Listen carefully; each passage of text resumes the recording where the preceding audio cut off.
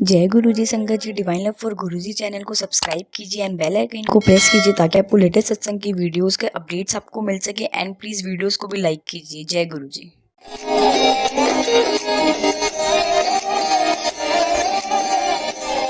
जय गुरु जी को प्रणाम। गुरु जी की प्यारी संगत को प्रणाम।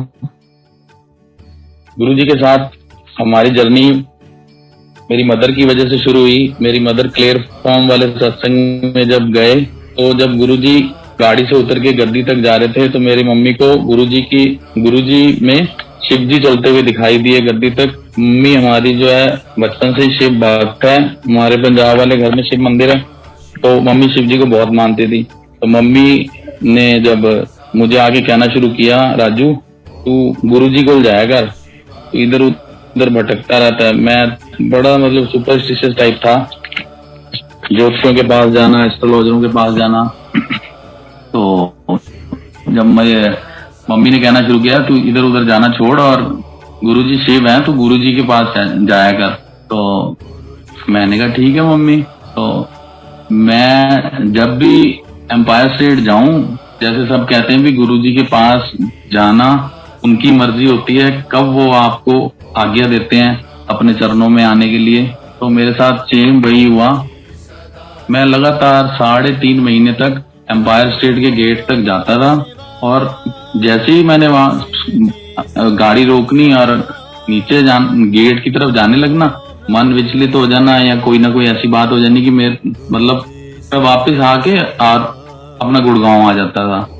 ऐसे 3.5 महीने तक चलता रहा। 3.5 महीने के बाद एक दिन वेडनेसडे का दिन था तो मैं गेट पे पहुंचा एम्पायर स्टेट के। तो जनरली मैं गाड़ी बाहर लगा के अंदर जाने की कोशिश करता था। उस दिन जैसे गुरुजी की मर्जी होगी, मैंने हॉर्न दिया, गेट खुल गया एम्पायर स्टेट का। दोपहर का टाइम था। मैंने एक स्पेसिफिक जगह पे जाके गाड़ी लगाई और अंदर जाके मैं पूछने लग गया भी यहाँ पे कोई बाबा जी का वो मंदिर है। तो मैंने बिल्कुल एम्पायर स्टेट के सामने वाले विला से गार्ड से पूछा, तो उसने कहा जी सामने जो E4 है वहां बैठते हैं, आप वहां चले जाइए, उनसे बात कर लीजिए। तो मैं गेट पे पहुंचा तो वहां गुरुजी के जो ड्राइवर हुआ करते थे छोटू, पहले वो गेट पे ही खड़े थे। तो मैं कहा जी यहाँ पे बाबा जी बैठते हैं, तो उनसे कब मिल सकते हैं? तो उन्होंने कहा बाबा जी नहीं, गुरुजी बैठते हैं, आप ठीक जगह पे आए हैं, पर आपको आना पड़ेगा Thursday, Friday, Saturday, Sunday 6:30 onwards.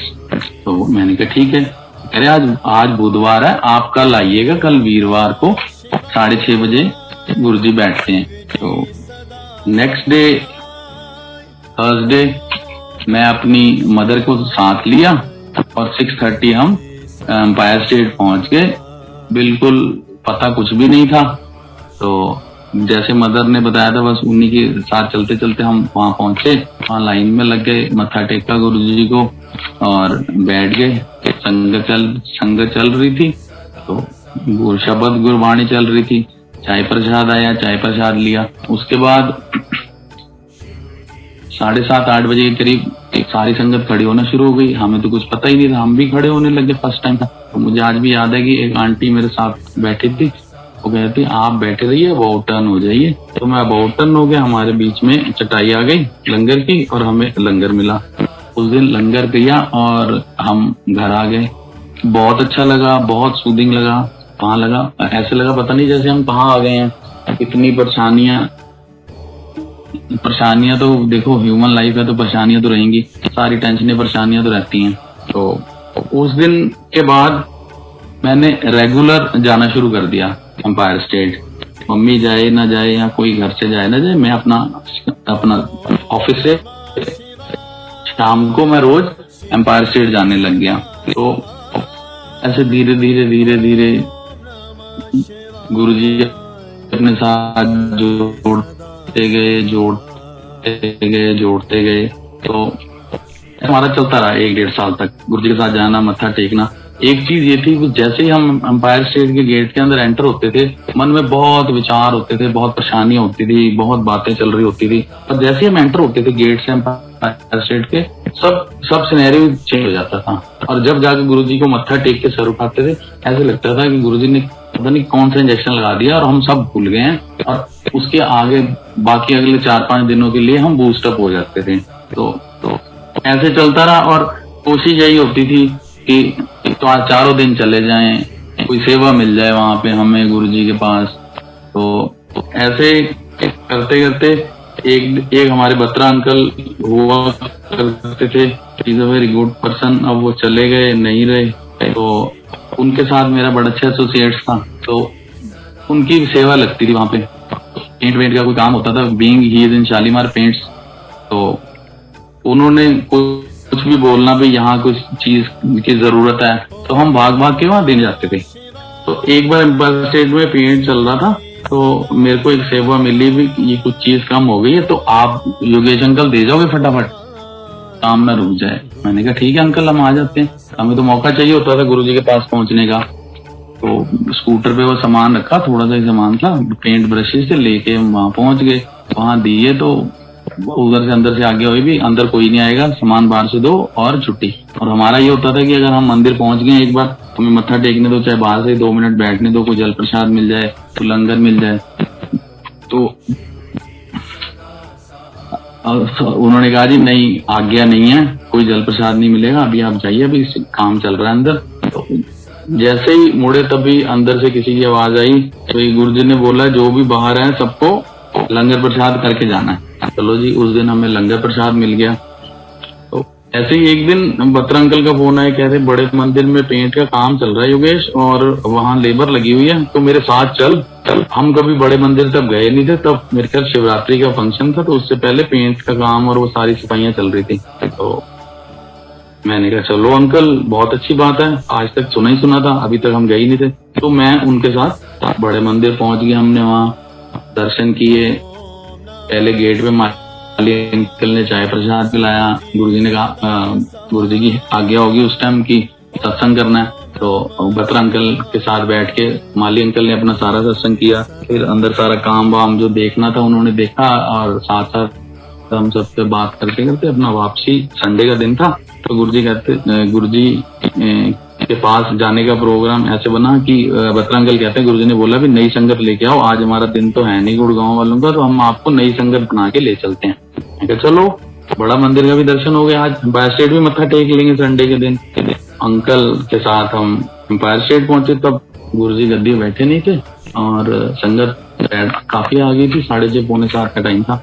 Kitchen के पास चेस्टर है, वहां बैठ गए हम तीनों जाके मत्था टेक के।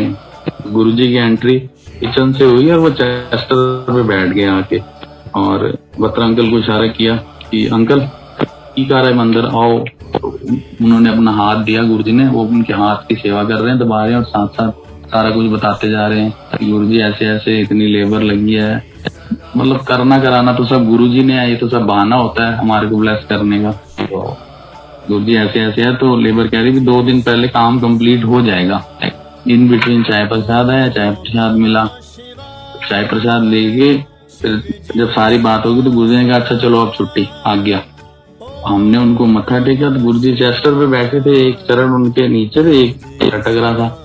पता नहीं मेरे को क्या हुआ, मैंने उनके चरणों के नीचे हाथ रख के अपना माथा उनके चरणों पे रख दिया, जैसे आप क्रिस क्रॉस करते हैं किसी चीज को पेन से, ऐसे गुरुजी ने अपने अंगूठे से मेरे माथे पे ऐसे ऐसे किया और चलो छुट्टी, ऐसे जैसे इशारा देते हैं अंगूठे से, चलो छुट्टी।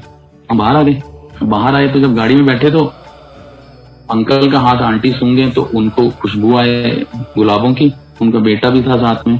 अब आंटी का योगेश को भी थोड़ी सी ब्लेसिंग दो। मैं जब उनका हाथ सूंघता था तो मुझे मिट्टी के तेल की स्मेल आती थी। क्यों? क्योंकि हम खुद भी थोड़ा सा अपने हाथ से पेंट करके आए हुए थे मंदिर में, तार पिन की स्मेल मिट्टी के तेल जैसी होती है।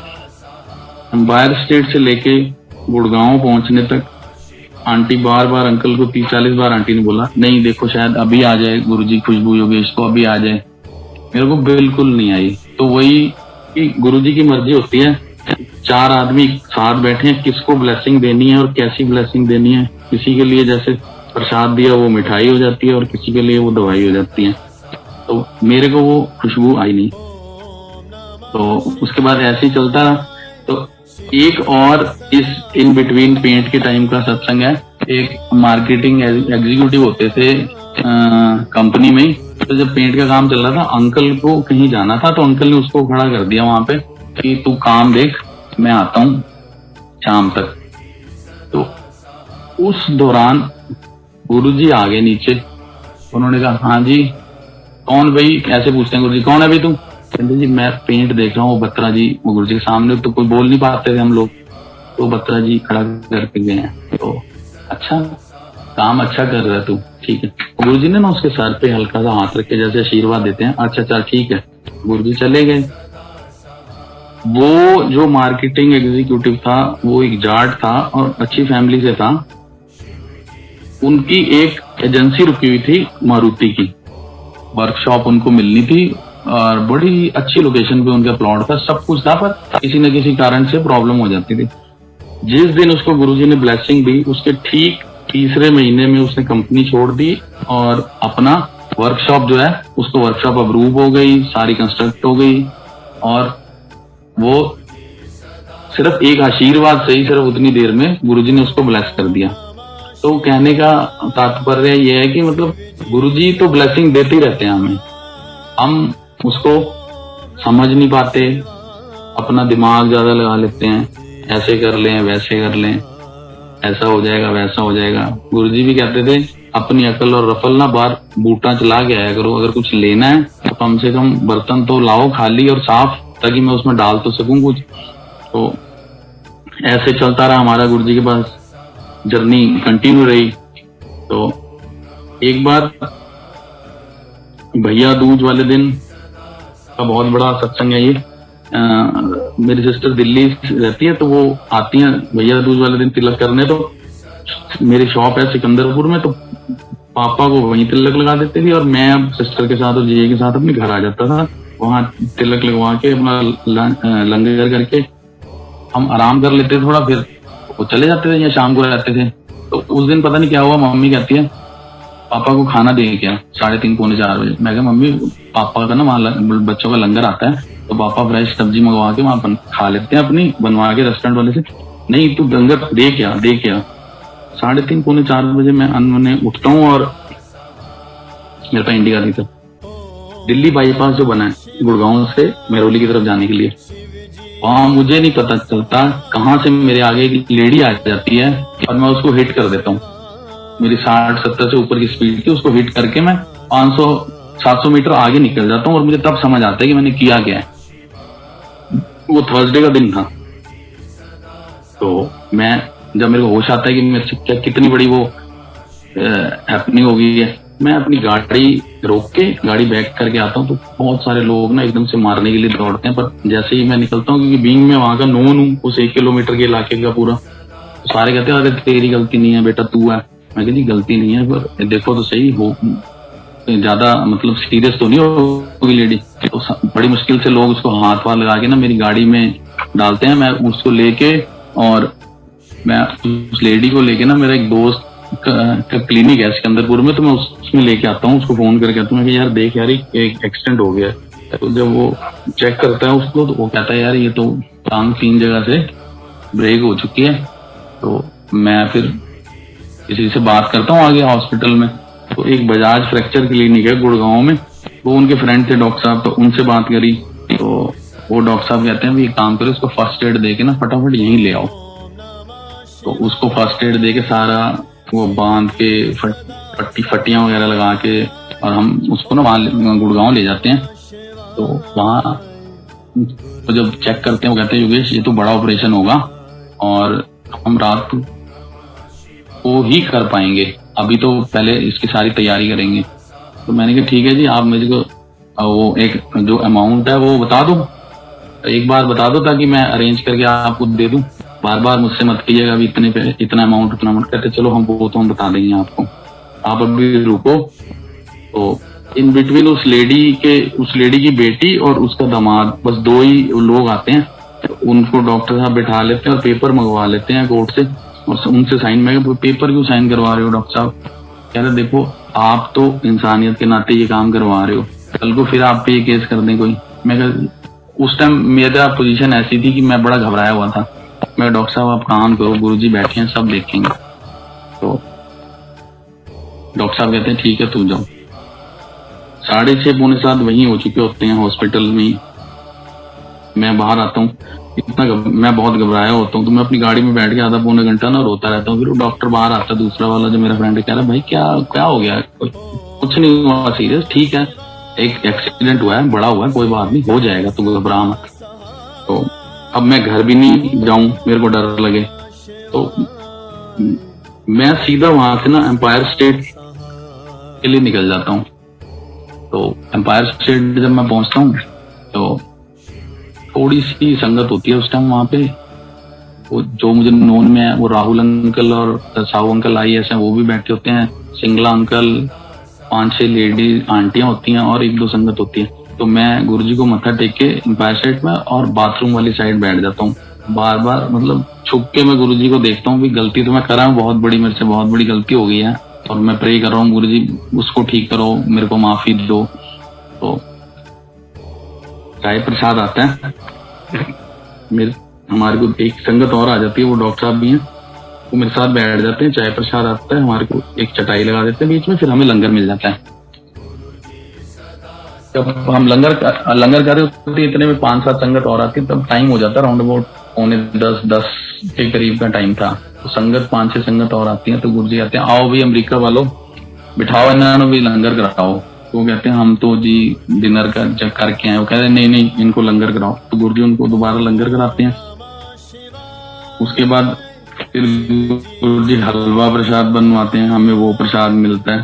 तो ये सारे उसके अंदर 11:30 11:30 का टाइम हो जाता है। तो गुरुजी उठते हैं गद्दी से और अपना बाहर निकलते हैं किचन से और चले जाते हैं। सारे थोड़े रिलैक्स हो जाते हैं। गुरुजी कहाँ गए हैं, कोई कहता जी वॉक पे जाते हैं। चलो हम बैठे होते हैं, वेट कर रहे होते हैं गुरुजी की। गुरुजी वापस आते हैं 12:30 पौने 1 के बीच में। गुरुजी वापस आते हैं, गुरुजी ने व्हाइट शूज पहने होते हैं रिवॉक पे, तो वो आज भी याद है। गुरुजी उतार के राहुल अंकल को देते हैं, सब उनको मत्था टेकते हैं। जोड़ों को जोड़े बिल्कुल ऐसे होते हैं कि जैसे आपने डिब्बे में से निकाले होते हैं। हम मत्था टेक देते हैं, तो गुरुजी गद्दी के ना बैठ के एम्पायर स्टेट में गद्दी के साथ दीवार है, वहां तकिया लगा के पीछे बैठ जाते हैं और कहते हैं आंटी पकौड़े नहीं खाए, बड़े दिन हो गए, पकौड़े बनाओ आज। आंटियां बहुत खुश होती हैं। 5-7 आंटियां जो उस टाइम बैठी थी, उसमें 4-5 आंटियां जाती हैं, पकौड़े बन के आते हैं, चटनी बन के आती है, चाय प्रसाद आता है, वो हम सबको मिलता है प्रसाद। गुरुजी कराते हैं लंगर उसका पकौड़ों का। तो मुझे मतलब that prasad is very divine prasad. जो चटनी उस दिन बनी थी वो ऐसा लग रहा था कि जैसे मतलब डिवाइन। ये सब लंगर वंगर हो जाता है तो गुरुजी, वहाँ एक अम्मा जी होती हैं, तो उनको इशारा होती है, उनको इशारा करते हैं जाओ ऊपर से प्रसाद लेके आओ। तो ऊपर से ना ड्राई फ्रूट का थाल लाती है, कवर्ड, बिल्कुल पैक्ड। गुरुजी को देते, गुरुजी अपने हाथ से फाड़ते हैं और मुट्ठी भरते हैं और इशारा करते हैं। तो मैं भी सबके बीच में पीछे बैठा होता हूँ, तो इशारा करते हैं तो सब कहते हैं कि आप योगेश अंकल आपको बुला रहे। मैंने कहा पीछे बैठे हैं, अभी आगे सारे बड़े बैठे हैं, वो जाए, पुरानी संगत इतनी बैठी है। तो मैं थोड़ा सा हिचकता हूँ कि शायद मेरा नंबर नहीं है ये। तो इतने में गुरुजी फिर दोबारा इशारा करते हैं, तो सारे कहते हैं नहीं आपको बुलाएंगे। मैं जाता हूँ, गुरुजी को मत्था टेकता हूँ। गुरुजी ऐसे मुट्ठी भर के प्रसाद देते हैं। वो ड्राई फ्रूट प्रसाद मेरे हाथ में नहीं आता, मैं अपनी टी-शर्ट में डाल लेता हूँ। गुरुजी कहते हैं जाओ कल्याण। मैं रात को घर पहुंचता हूँ 1:30-2 बजे के बाद अपने घर, और मैं सो जाता हूँ। सुबह मैं उठता हूँ, उठ के मैं अपनी शॉप पे जाता हूँ 10:30-11 बजे, और बहुत डरते 12, 12:30, 1 बजे मैं डॉक्टर साहब को फोन करता हूँ गुड़गांव। मैं कहा डॉक्टर साहब वो ऑपरेशन कैसा रहा? डॉक्टर साहब कहते बहुत अच्छा ऑपरेशन हो गया उस लेडी का, कोई ऐसी दिक्कत ही नहीं है, सक्सेसफुल रहा। तो मैं पूछता हूँ मैं शुरू कब किया था डॉक्टर साहब? डॉक्टर साहब कहते हैं भाई साहब 11:45 के करीब शुरू किया था, 12:30 पौने 1 खत्म हो गया था। और दैट टाइम व्हेन गुरुजी जब अपनी गद्दी से उठ के बाहर सैर करने के लिए गए थे, एकदम से दिमाग होता है कि गुरुजी सैर करने नहीं गए थे, उस लेडी का कल्याण करने गए, मेरा ही कल्याण करने गए थे, उस लेडी को ठीक करने गए थे।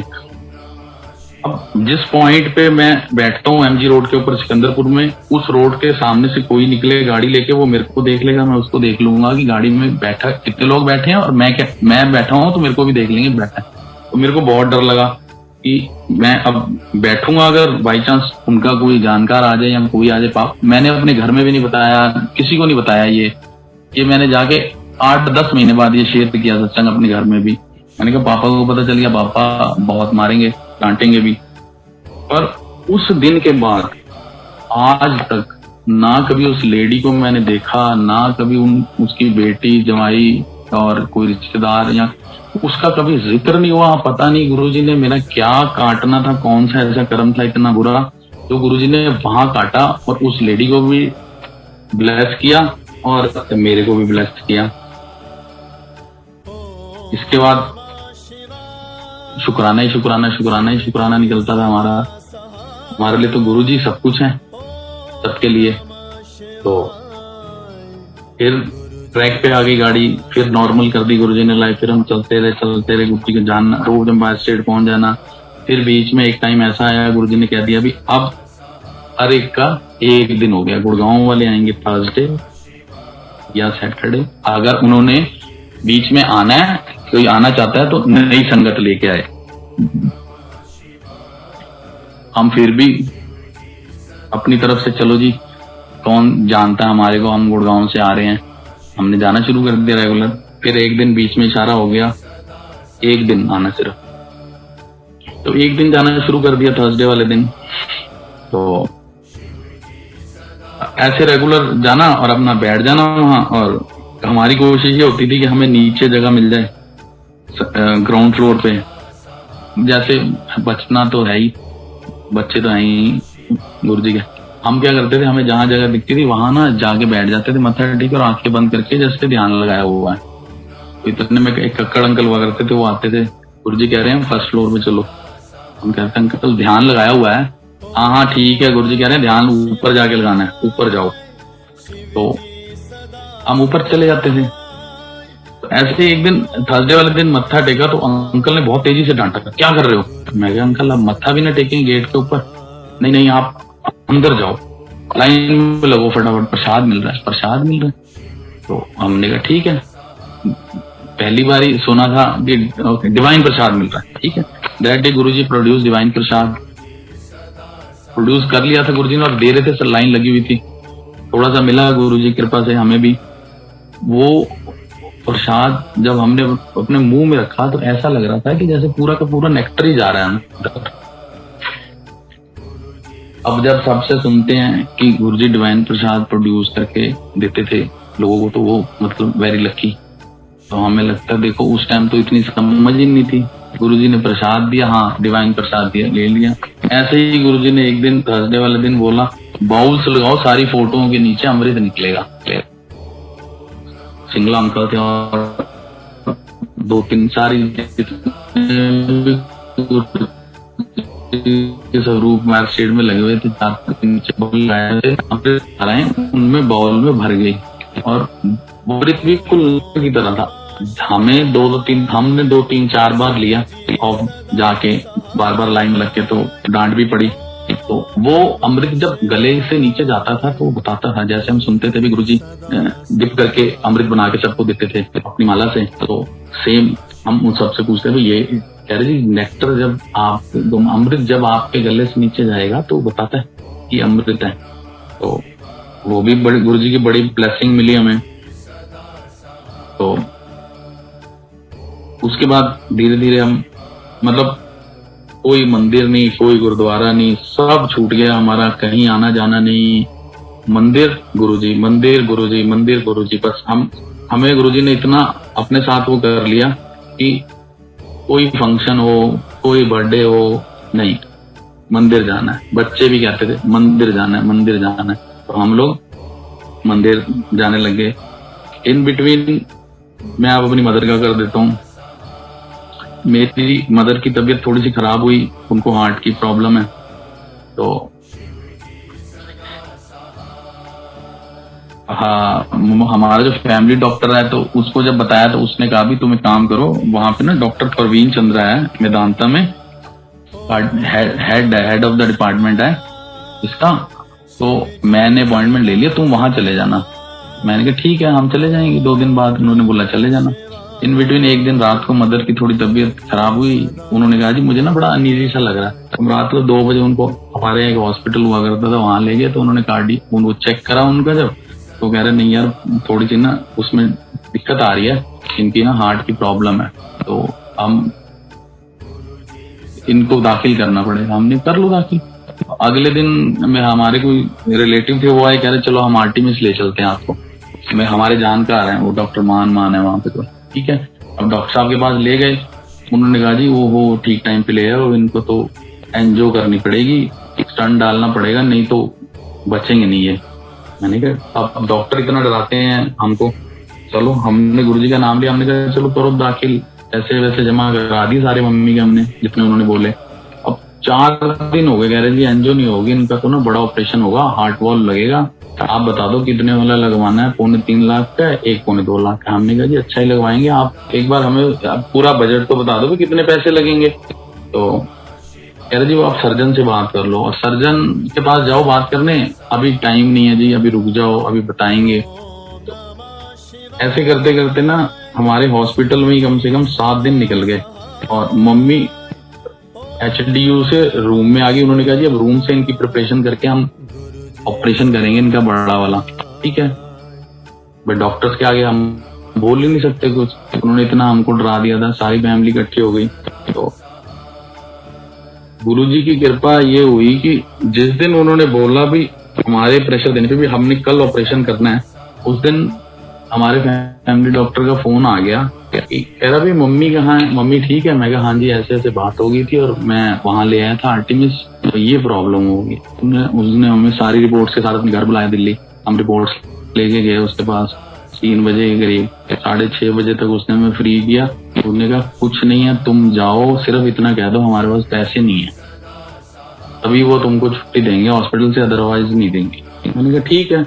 हमने गुरुजी का नाम लिया, हम गए जी, हमने कहा जी हमारे पास पैसे नहीं है, अगर आप ऑपरेशन कर सकते हो तो कर दो कल, और हम आपको पोस्ट डेटेड चेक दे देते हैं।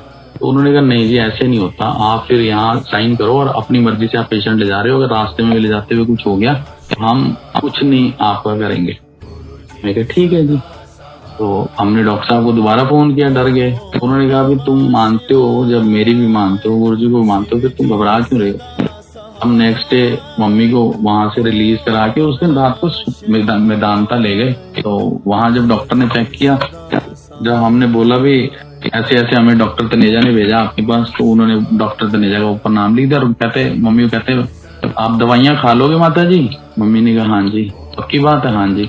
उन्होंने मम्मी को दवाइयाँ दे दी और वो दवाइयाँ आज तक चल रही हैं गुरुजी की कृपा से वो, और मम्मी को हार्ट के ऑपरेशन की जरूरत ही नहीं पड़ी। गुरुजी सिर्फ और सिर्फ उनको दवाइयों से ही आज तक, आज इस बात को हो गया 3-3.5-4 साल से ऊपर हो गया, मम्मी को गुरुजी ने दवाइयों से ही ठीक कर दिया और हार्ट का ऑपरेशन करवाने ही नहीं दिया। इसी तरह गुरुजी के साथ जर्नी चलती रही। फिर गुरुजी एक दिन छोला छोड़ गए। जब छोला छोड़ गए तो हमें तो ऐसा लगा कि भाई अब तो हमारे लिए जिंदगी बेकार हो गई है। क्यों? क्योंकि जब साक्षात सामने पिताजी बैठे हो या फादर बैठे हो तो बच्चों को कोई चिंता होती नहीं है।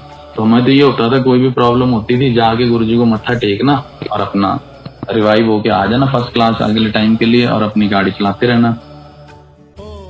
फिर गुरुजी ने चोला छोड़ दिया, बहुत सारी दिक्कतें आई, सब कुछ चलता रहा, पर गुरुजी ब्लेस करते रहे और आज भी ब्लेस कर ही रहे हैं सबको और ज्यादा ही कर रहे हैं।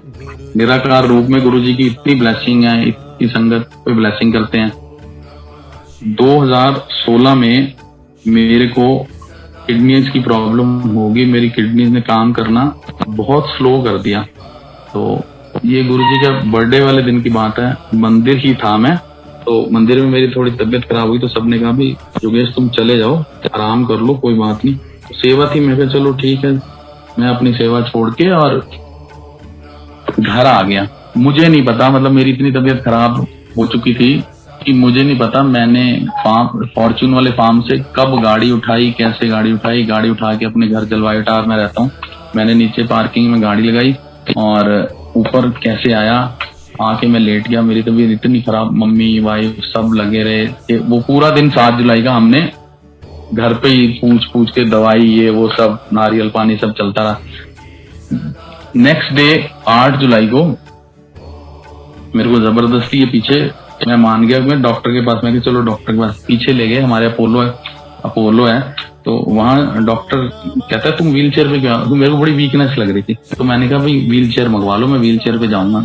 तो मैं व्हील चेयर पे डॉक्टर के पास गया तो आंटी ने सारा कुछ बताया, ऐसे ऐसे प्रॉब्लम हो रही है और बहुत दर्दें भी हो रही हैं और बैठा भी नहीं जा रहा, तो सारी रात सोई भी नहीं। तो थोड़ा सा बता दिया भी इसको ना हल्की शुगर भी है, तो उसने लैपटॉप भी बंद कर दिया अपना, कहता जी आप इनको ना किसी बड़े हॉस्पिटल में ले जाओ।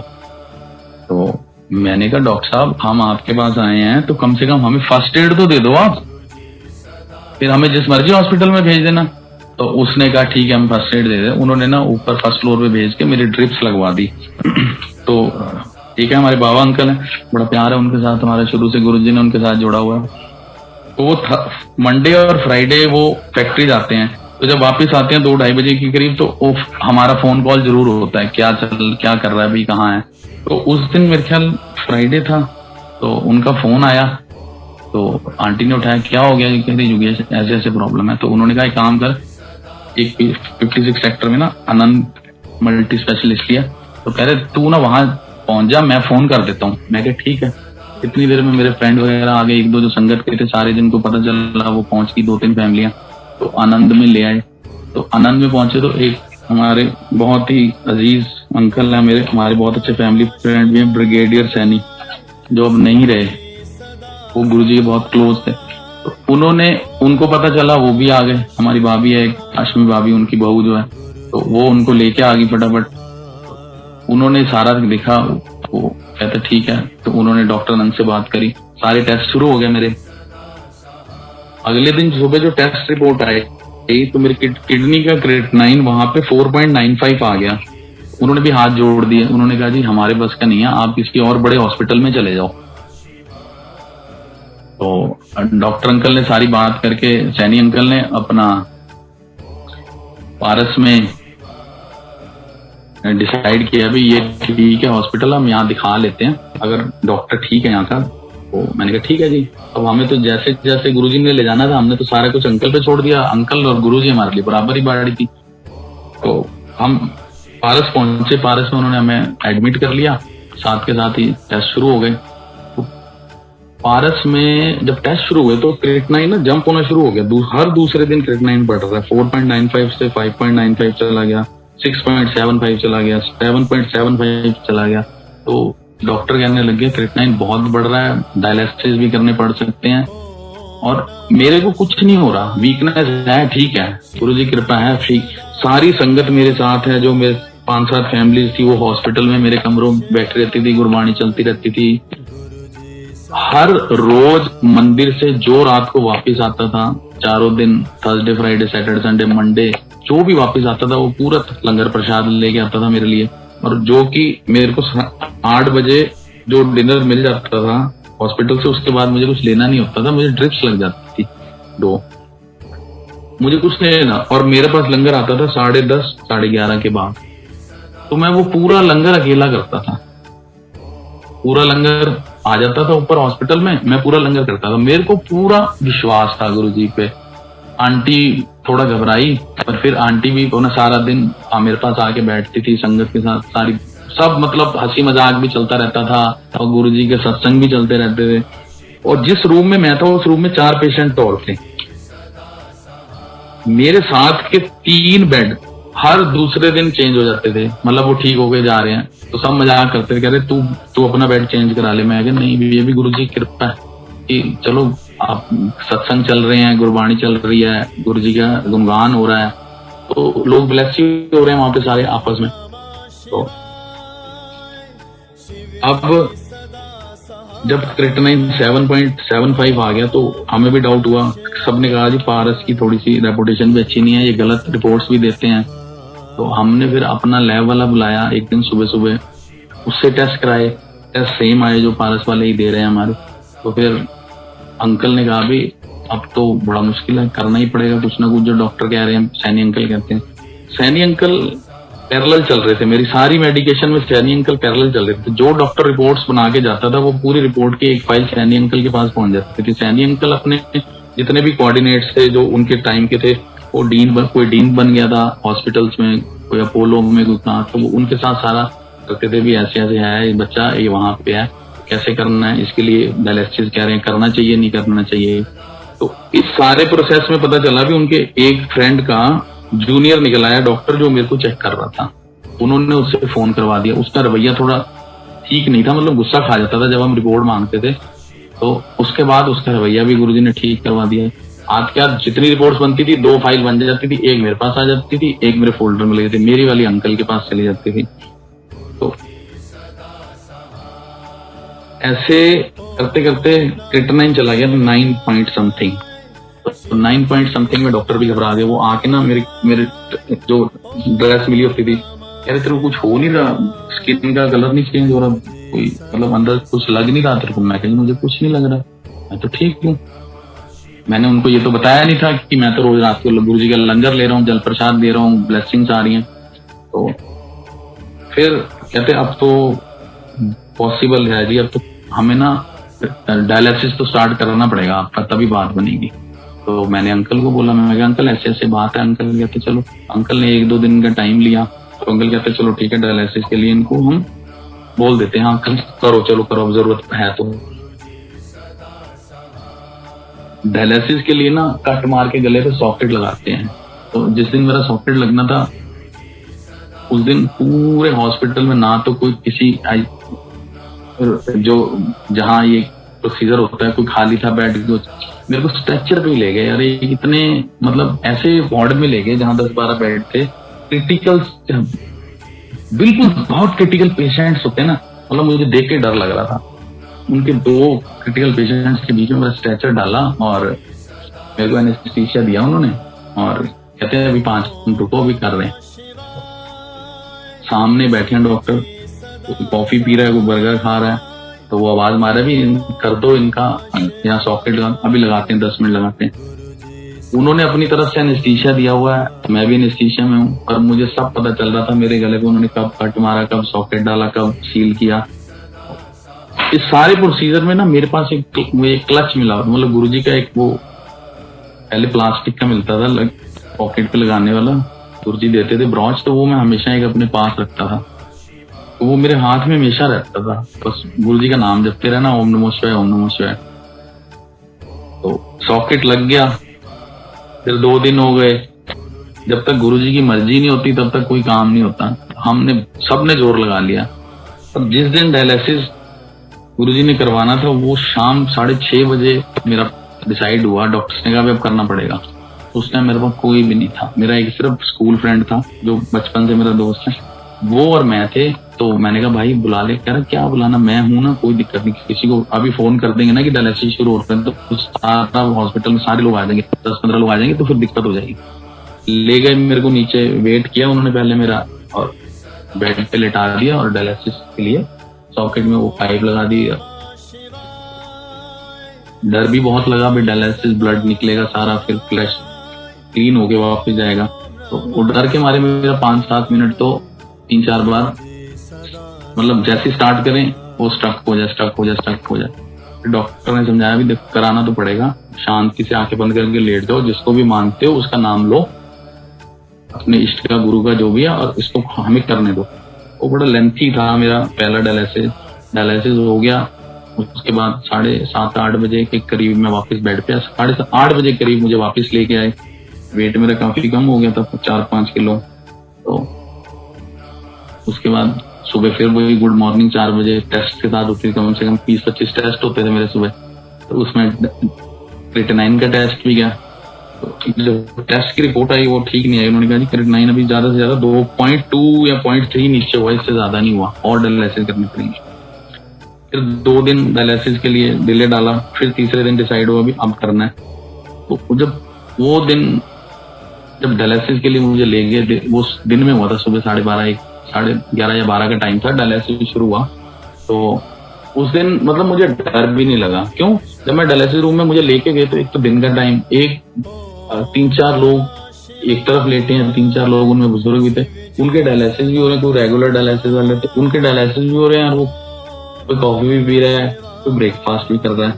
तो तो एक तो उनको देख के थोड़ी सी हिम्मत होगी कि चलो अभी ठीक है। पहला तो पता ही नहीं चला क्या हुआ क्या नहीं हुआ, तो अब दिख तो रहा है। उस दिन फिर जो डायलिसिस हुआ, तो उस डायलिसिस के बाद ना अगले दिन जो रिपोर्ट आई वो ड्रास्टिक चेंज था। गुरुजी ने एकदम से प्लस किया था। मेरा क्रिएटिनिन जो 9+ था बिल्कुल नीचे आ गया। हमारा होता है नॉर्मल 1.5 या 1.4, मेरा 1.4 आया। तो हमारी एक आंटी है, वो कहती है योगेश अभी किसी को बताना नहीं है हमने ये आज, ये जो गुरुजी ने ब्लेस किया हमारे को, अभी हमने किसी को नहीं बताना, एक हफ्ते बाद बताएंगे। मैं कहा ठीक है आंटी, जैसा आपको ठीक लगे, आप ही सब देख रहे हो। तो अब डॉक्टर्स ने डिसाइड किया भी ये जो प्रॉब्लम आई थी अगर ये दोबारा आ गई तो ये 2-4 मिनट का टाइम देती है, नहीं तो रीनल फेलियर हो जाता। उनको ना एक कोई डिजीज का डर लग रहा था भी, अगर वो है तो इसके लिए हमें बायोप्सी करनी पड़ेगी किडनी की। किडनी बायोप्सी का नाम अपने आप में बड़ा डरावना है। तो अंकल ने भी मना कर दिया, सैनी अंकल ने कह रहे नहीं ऐसे नहीं, इसमें किडनी ब्लीड भी हो सकती है, यूरिन में ब्लड भी आ सकता है। मतलब बहुत सारे उन्होंने ना नेगेटिव गिना दिया हमारे को। डॉक्टर ने कहा भी इन चीजों को मान के चलना, ये हो सकता है बायोप्सी के टाइम पे, ये हो सकता है। तो चलो बायोप्सी 2 दिन के बाद अंकल ने भी फिर सबसे डिसाइड करके बायोप्सी करानी पड़ेगी, क्योंकि बायोप्सी के बिना कोई मतलब हम किसी कंक्लूजन पे पहुंचेंगे नहीं भाई क्या क्यों हुआ कैसे हुआ। अगर ये वो प्रॉब्लम जो हम सोच रहे हैं वो है तो फिर आगे प्रॉब्लम ना आ जाए लाइफ में। चलो जी बायोप्सी का डे डिसाइड हो गया और वो सामान रख के चले गए सारा। और बायोप्सी को वो प्रिक करने के लिए कितना बड़ा प्रिकर था, उसको देख के डर लगे। तो पूछा मैंने कहा जी ये किस लिए, कहते थे जब आपकी पीछे से अंदर प्रिक करके अंदर से डाल के बायोप्सी का पीस निकाल के लाएंगे किडनी का। तो पहले 2-3 दिन तो मैं बड़ा परेशान रहा जी, तो नींद भी ना आए रात को, तो करके मारे। पर बात वही है, गुरुजी करते रहते थे हम सारा दिन। ओम नमो शिवाय, कोई सत्संग सुना रहा है, भजन चल रहे हैं, गुरबाणी चल रही है, जो भी आ रहा है अपने मतलब बूस्टिंग पॉजिटिविटी दे रहा है। ऐसे ही एक दिन कमरे में मैं लेटा हुआ था, आंखें बंद थी, मेरे पास 5-6 संगत के लोग बैठे हुए थे।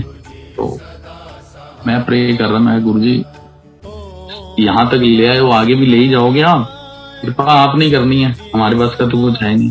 इतनी स्ट्रॉन्ग फीलिंग आई, बाहर एकदम से मोर बोले और मेरी आंखें बंद थी और मेरे सर पे किसी ने हाथ रखा, कोई गल नहीं चंगा होएगा चंगा। मतलब गुरुजी आए और हम दिमाग में ही आ रहा है एक बार और फेर दो गुरुजी हाथ, एक बार और फेर दो। पर वो बस वो उस कुछ सेकंड्स का वो था जो एक आया और गुरुजी ब्लेस करके चले गए। और जब आंखें खोली तो सारे बैठे, मैं एकदम से हड़बड़ा गया। मैं क्या देखो, अच्छा मैंने बोला नहीं किसी को कि ऐसे ऐसे मेरे को हुआ है कि गुरुजी हाथ फेर गए सर पे। चलो ठीक है। तो अब फिर बायोप्सी जब हुई तो बायोप्सी की 2 स्लाइड्स उन्होंने बनाई, तो वो उन्होंने मेदांता भेज दी। पारस से सारा जो बायोप्सी वगैरह है ना वो मेदांता में ही होता है। तो मेदांता में चली गई, तो अब उसको टाइम लगना था, 5-10 दिन का लगता है उनको। तो इन बिटवीन मैंने उनको कहा डॉक्टर्स को, मैं कहा देखो कि 10-15 दिन हो गए, अब तो ठीक भी लग रहा हूँ मैं, आप सब कुछ छुट्टी दे दो मेरे को। तो कहते अच्छा छुट्टी दे दें, मैं कहा हाँ जी दे दो प्लीज। तो कहता चल आज ना एक ड्रिप लगाते हैं, इसके बाद तेरे को छुट्टी दे देंगे आज हॉस्पिटल से। मैं कहा ठीक है। तो उन्होंने ड्रिप लगा दी। वो ड्रिप इतनी, जो सुबह ड्रिप लगी मेरे को, वो ऐसे था कि जब वो लिक्विड अंदर जा रहा था मेरी वेन्स में, तो मुझे बता रहा था कि जैसे अंदर आग लग जाती है ना, बिल्कुल जलन होनी, पूरी वेन्स में जलन होनी शुरू हो गई। तो वो ड्रिप खत्म ही ना हो, मैं इतना परेशान हो जाऊं हर आधे-पौने घंटे के बाद उस ड्रिप को रुकवाऊं 10 मिनट। ऐसे करते करते रात के 8:30-9 हो गए, वो आधी ही हुई ड्रिप सिर्फ। तो 9:30 बजे डॉक्टर साहब आए, कहते तू छुट्टी नहीं ले अभी तक। मैं कह जी आपने ड्रिप लगाई थी और आपने बोला था ये खत्म होगी, तो ये खत्म ही नहीं हो रही। उन्होंने नर्स को बुलाया, कह रहा है ड्रिप उतार दो इनकी। मतलब कोई भी प्राइवेट हॉस्पिटल कभी भी आपको रात को छुट्टी नहीं देता, इस पोजीशन में कोई भी आपको रात को रिलीज नहीं करते। मेरा उन्होंने 9:30 बजे बिल बनवाया, सारा कुछ होके किया, डिस्चार्ज पेपर बनाया, और मेरे को रात को 9:30 पौने 10 के बीच के टाइम पर उन्होंने मुझे, गुरुजी ने दबान से हॉस्पिटल से 10 बजे छुट्टी दिलवाई। ठीक है। अब मैं घर आ गया, कुछ दवाइयां कुछ टेस्ट रोज होने थे वो स्टार्ट हो गए। तो ऐसे करते करते 15-20 दिन निकल गए। मैं रोज फोन करूं, मैं कहा डॉक्टर साहब टेस्ट तो दे दो, टेस्ट तो दे दो, टेस्ट तो दे दो बायोप्सी के, क्योंकि हमारे एक आंटी बाहर रहते हैं कनाडा, मैंने आंटी, उन्होंने कहा योगेश तूने एक स्लाइड ना मेरे को देनी है, मैं यहाँ टेस्ट करवाऊंगी, कि कारण वो तो अपना बताएंगे, हम भी अपने तरीके से और एडवांस टेस्ट कराएंगे क्यों ऐसा हुआ। तो मैं अपनी स्लाइड्स मांगने जाऊं, तो मैंने फिर स्लाइड्स के लिए एप्लीकेशन दी। उन्होंने कहा जी आप एक काम करो, हमारी कोई डिस्क्रिपेंसी चल रही है उसके साथ, आप इसको खुद ही जाके वो आप कर लो। मैं कहा ठीक है। तो मैंने एप्लीकेशन बनाई, फॉर्म बनाया, मैं मेदांता चला गया। मैंने मेदांता में जाके ना एप्लीकेशन लगा दी कि मुझे स्लाइड्स भी चाहिए और मेरी रिपोर्ट भी चाहिए। ठीक है जी। उन्होंने कहा 5 दिन लगते हैं। ठीक है, 5 दिन बाद मैं गया, मैंने अपनी रिपोर्ट्स मांगी, कह रही अभी 4 दिन और लगेंगे। मैं कहा ठीक है। 4 दिन बाद मैं अपने फ्रेंड को साथ ले गया, तो मैंने रिपोर्ट्स मांगी उनसे। तो जब उन्होंने मेरे हाथ में रिपोर्ट दी, तो मतलब मैं इतना घबरा गया उस रिपोर्ट को देख के।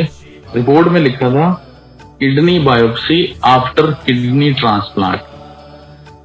मैं तो वहीं हाथ जोड़ के गुरुजी को मत्था टेका। मैं कहा गुरुजी थैंक यू वेरी मच, डॉक्टरों ने अपना काम किया, आपने अपना काम किया। मैं उस दिन के बाद ना तो वहां से स्लाइड्स ही लेने गया जी, और ना ही मैंने वो रिपोर्ट्स ली। मैंने अपनी सारी रिपोर्ट्स का एक बैग था, वो भी मैंने साइड में डाल दिया। मैं कहा भाई गुरुजी ने ब्लेस कर दिया है, गुरुजी ने ठीक कर दिया है, अब हमें सोचने की जरूरत है ही नहीं है। तो मैं फिर डॉक्टर के पास वापस गया, मैं चेक कराने में, जी ऐसे ऐसे था। कह रहे चल ठीक है, चल जो भी है, वो तो मेडिकल वाले हैं, वो तो सोचते नहीं है। कह रहे चल ठीक है। तो मैं कहा जी अब क्या करना है, कब आना है, कैसे को टेस्ट है बताओ। तो मुझे कहता है जाओ मौज करो, लड्डू खिलाओ तुम तो। जब उसने ना जाओ मौज करो लड्डू खिलाओ, तो लड्डू प्रसाद और गुरुजी के साथ ना, लड्डू प्रसाद का और मेरा गुरुजी का बहुत पुराना शुरू से कनेक्शन है, एम्पायर स्टेट का, कोई मैं रिवील नहीं करूंगा। जब उसने बोला लड्डू प्रसाद खिलाओ, तो मैं तो ऐसे हो गया, जब मौज करो लड्डू प्रसाद खिलाओ। मैं तो कहा ठीक है डॉक्टर साहब थैंक यू वेरी मच। मैं 5वें दिन उसने मुझे बुलाया था लास्ट, मैं जी पूरा लड्डू प्रसाद का डब्बा उसके लिए लेके गया। वो कहता ये क्या लगा, मैंने जी आपने बोला था लड्डू प्रसाद खिलाओ, मैं ले आया आपके लिए प्रसाद, थैंक यू वहां गुरुजी का किया। मैं कहा जी आप कब आना है। कहता जरूरत ही ना पड़े कभी तुझे मेरी शक्ल देखने की। डॉक्टर ऐसे बोलता है, गुप्ता था, कह रहा तुझे कभी जरूरत ही ना पड़े मेरी शक्ल देखने की।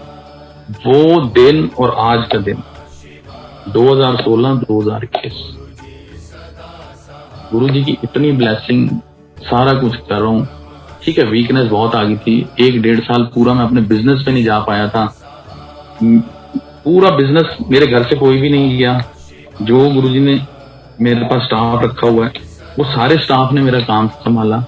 कोई प्रॉब्लम नहीं आई पीछे, ना वेंडर्स की, ना हमारे जितने भी हमारे जो क्लाइंट्स हैं, सब गुरुजी ने इतना जबरदस्त ऑटो पायलट कर दिया कि मेरे को कुछ पता ही नहीं चला उस 1.5 साल में कि बिजनेस हुआ कैसे, मेरा काम कैसे हुआ, लोगों के पैसे कैसे दिए गए, लोग मेरे साथ काम भी करते रहे, मेरे साथ ही करते रहे, उस दुकान के साथ, उस हट्टी के साथ जो गुरुजी की हट्टी है उसके साथ काम भी करते रहे, सारा लड़कों को पूरा संभालते।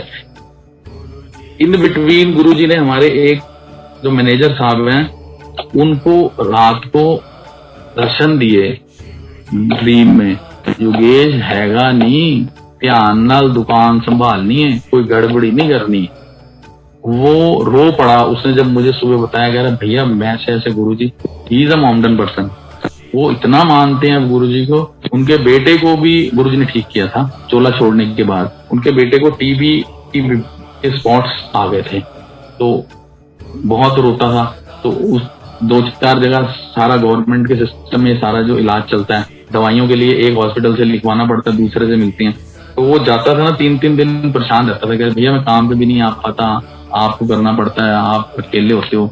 मैं कहा चल कोई बात नहीं। एक दिन मैंने कहा चल, मतलब मैंने नहीं कहा, गुरुजी ने पता नहीं एक दिन दोपहर को दिमाग में डाला, मैं कहा बेटे को लेके आ, चल मंदिर में मत्था टेक के आते हैं। ठीक है, वो दोपहर को हम मंदिर पहुंचे, उसको मत्था टिकाया। तो सुनील गुप्ता अंकल होते हैं वहां पे, वो मिले मेरे को, योगेश कैसे आया, मैं कहा ऐसे ऐसे अंकल। तो मैं कहा इसको लंगर कराना कुछ, कह रहे कमाल होगी लंगर, तो मैं तो लेके आ रहा हूँ, तुम बैठो। पीछे गेस्ट रूम होता था पहले जहाँ किचन है, वहां बिठाया और 2 थाली ले आए, एक हमने बच्चे को दी, एक मैंने और उन्होंने शेयर करी। तो जो बच्चे ने थाली अपनी कंप्लीट कर ली और कहता है अंकल रोटी प्रसाद एक और मिल जाएगा। तो मैंने अंकल को, मैं सुनील गुप्ता अंकल एक रोटी प्रसाद 1-2 बच्चे को, कह रहा मैं थाली लेके आता हूँ। एक थाली सिंगल की उन्होंने और ला के दी उसको।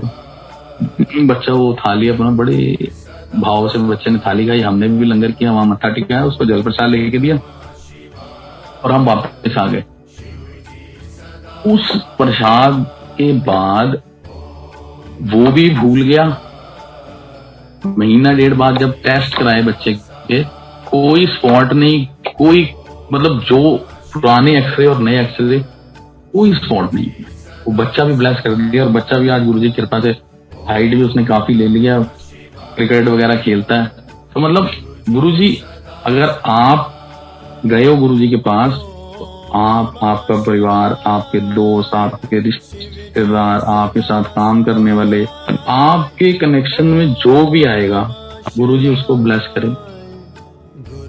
गुरुजी सबको ब्लेस करते हैं हमको, और कर रहे हैं, और बहुत ज्यादा कर रहे हैं। आज की डेट में इतनी ब्लेसिंग दे रहे हैं गुरुजी, इतनी ब्लेसिंग दे रहे हैं, मैं बता नहीं सकता। कि जब हम सत्संग सुनते हैं सबके, तो मतलब हमारे भी गूज बम्स हो जाते हैं कि देखो जी, एक कल्याण हुआ, उसका कैंसर भी ठीक किया। और गुरुजी का एक सिस्टम था, हम जब लंगर पे बैठते थे, गुरुजी थाली में इस तरफ वो संगत बैठी होती थी जिस पर गुरुजी की ब्लेसिंग हुई होती थी, कैंसर से ठीक हुआ था, और सामने वो बंदा बैठा होता था जो गुरुजी से ब्लेसिंग लेने आया होता था। गुरुजी मैनू कैंसर, मेरे बच्चे को कैंसर या किसी को कैंसर, किस तरह, और उसको उसी थाली में बिठाते थे। और लंगर के दौरान ही कोई ना कोई ऐसा इंस्टेंस हो जाता था कि उनकी कन्वर्सेशन शुरू हो जाती थी, वो अपना सत्संग करते थे, और वो लंगर के बाद अपना पूरा सत्संग सुना के जाते थे, और वो पूरी की पूरी ब्लेसिंग वो संगत दूसरी लेके जाती थी। गुरुजी पूरा एंडोर्स करते थे कि ये संगत ब्लेस्ड हैगी है, या दूजी जड़ी सामने बैठी है लंगर कर रही है, ये ब्लेसिंग लेना आई है, तो इसको देते थे गुरुजी ब्लेसिंग, ऐसे देते थे। तो गुरुजी शिव हैं, हम तो रहेंगे और चले जाएंगे, वो हमेशा ही थे। जब कुछ नहीं थे तब भी गुरुजी थे, जब कुछ सब कुछ है तब भी गुरुजी, जब कुछ नहीं होगा तब भी गुरुजी ही होंगे। हम लोग तो संगत उनकी वजह से हैं, वो हैं तो हम हैं। आज अगर हम कभी बैठ के ये सोचें, आंखें बंद करके सिर्फ इतना मनन करें कि आज से 10 साल पहले और आज में कितना अंतर गुरुजी ने हमारे में ला,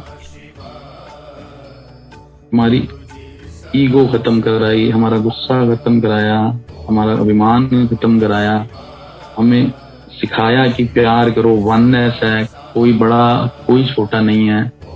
गुरुजी के पास तो ऐसे जाओ कि जैसे आप पानी हो, छोड़ दो अपने आप को उनके चरणों में, वो आपको पानी की तरह जहां जहां बहाते हुए ले जाएंगे, अपने आप रास्ता बनाते हुए आपको ठीक राह पे ले जाएंगे।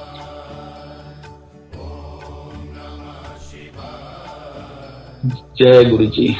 अंकल हेलो, जय गुरु जी। अंकल हो गया टाइम? सिंगल अगर आप चाहते हैं तो एक तो सत्संग और शेयर कर लें। एक और शेयर कर दूं? एक मैं छोटा सा शेयर करता हूँ सत्संग। ये भी गुरुजी ने जब चोला छोड़ा उसके कुछ टाइम बाद का ही है। मेरा उस टाइम ना पेंट का काम, अब तो नहीं है, पेंट का काम भी हमारे पास साथ होता था। तो हमारे पास ना in the middle of village, गांव के अंदर ना बिल्कुल एक सेंटर में एक हवेली थी, वो हमने गोडाउन बना रखा था अपना। तो उसमें मैक्सिमम ना पेंट्स ही होते थे। तो ये होली से 5-6 दिन पहले की बात है। स्टॉक हमारे पास पूरा था क्योंकि सीजन था। इनर स्पिरिट, ये समझ लो एक्सप्लोजिव भी होते हैं, अगर जरा सी तिल्ली लग जाए तो जितना हमारे पास मटेरियल था वो 1 किलोमीटर पूरा उड़ा सकता था। तो सफाइयां हम कराते थे होली से पहले, अपने गोडाउन की भी ठीक ठाक कर दो, 3-4 दिन की छुट्टी आनी है, तो अब ये 2 दिन सफाई करो और फिर अब हम छुट्टी करो, सब होली की छुट्टी करो 2 दिन की। तो उस सफाई के दौरान पता नहीं क्या हुआ, कोई बाहर से लेबर आई थी, तिल्ली गिरी, क्या गिरा, उसमें आग लग गई गोडाउन में। और मैक्सिमम एक्सप्लोजिव ही पड़ा हुआ था सारा उसमें, पेंट्स, फेविकोल, एडेसिव्स, वाटरप्रूफिंग और थिनर और सुप स्पिरिट। तो वो एकदम से वर्ल्ड के भागे आए दुकान पे कि भैया आग लग गई गोडाउन में। मतलब मैं पागल सा हो गया, मैं एकदम से हम भागे, क्योंकि उसके आसपास ना बिल्कुल हवेली के अंदर ही 10 कमरे थे जिनमें से 6 में लोग रहते थे, 4-4, 5-5 बंदों की फैमिलियां थी। तो पहले तो उनको बाहर निकाला फटाफट, और मेरे एक दोस्त का पानी का काम है, मैंने उसको फोन किया, मैं कहा यार ऐसे ऐसे प्रॉब्लम हो गई है। तो वो गांव में उसके कभी एक टैंकर भी नहीं खड़ा होता उसके प्लांट पे। उस दिन 2 टैंकर खड़े थे, वो भरे हुए ही खड़े थे, उसने फटाफट टैंकर भेजे। जैसे ही आग जलती जलती थिनर के ड्रम को लगे, वो पानी डाल दे, पानी से फिर ऐसे फिर धीरे धीरे आग, क्योंकि इनफ्लेमेबल था सारा, आग लगती रही। आखिरी में मैं पागल हो गया, अकेला इधर भाग उधर भाग, गुरुजी कुछ से करना पैना। अब मुझे नहीं पता जी कहाँ से हमारे बैंक, हम सामने हमारे ना शॉप पे एक बैंक है, तो वो मैनेजर मेरा दोस्त था, उसको पता चल गया। उसने एबीसी के सिलेंडर जो सबसे एडवांस वाले थे उनके बैंक में लगे हुए थे, अपने उसमें से लॉकर में से सब सारे सिलेंडर लेके वो 2-3 बंदों को लेके आ गया। इतने पानी के टैंकर और आ गए 2, इन बिटवीन पुलिस भी आ गई, वहां पे पुलिस भी आ गई। और अगर पुलिस आ गई तो मतलब समझ लो अंदर आए हम। तो सारे गांव वाले जो मेरे दोस्त थे वो कहते हैं क्या हो गया, कह रहा कुछ नहीं यार, इनका स्टोव अंदर रहते हैं ना लोग, उनके स्टोव में आग उग लग गई होगी कोई, तो हमने टैंकर भेज दिया बुझाने। गुरुजी ने फायर एक्सटिंग्विशर से पूरी आधे पौने घंटे के अंदर अंदर सारा आग शांत हो गई, थिनर स्पिरिट सब शांत हो गए, पर शांत के साथ साथ सब कुछ खत्म हो गया। ऑलमोस्ट 15-20 लाख का स्टॉक था जो अंदर, वो पूरा पानी पानी हो गया, जल गया, पानी हो गया। शाम को 6:30 बजे तक हमने सफाई कराई पूरे गोडाउन की, सारा कचरा निकाल के, एक साइड में प्लॉट है जहां से कूड़े वाली गाड़ियां आके उठी, उसमें सारा फिकवाया, बंद किया गोडाउन, और मत्था टेका गुरुजी को और अपना घर आ गए। मेरे पापा बहुत देर तक रोकते रहे हमारा नुकसान। मैं कहा पापा नुकसान मत देखो, ये देखो कि अगर एक ड्रम भी फट जाता ना तो हमें तो गुरुजी भी नहीं बचा सकते थे। हमें इतने दिनों के लिए रहना पड़ता है कि इतने महीनों के लिए हमें अंदर रहना पड़ता है कि आपने एक रेजिडेंशियल इलाके के अंदर एक्सप्लोजिव रखा हुआ सारा का सारा। तो मैंने तो जी उसके बाद आके सीधा मत्था टेका गुरुजी को मंदिर और थैंक यू किया। 5 दिन बाद अपना दोबारा दुकान खोली नए सिरे से, सारा सामान मंगाया और गुरुजी का नाम लेकर फिर गाड़ी गुरुजी ने हमारी रन थ्रू कर दी। थैंक यू अंकल, जय गुरुजी।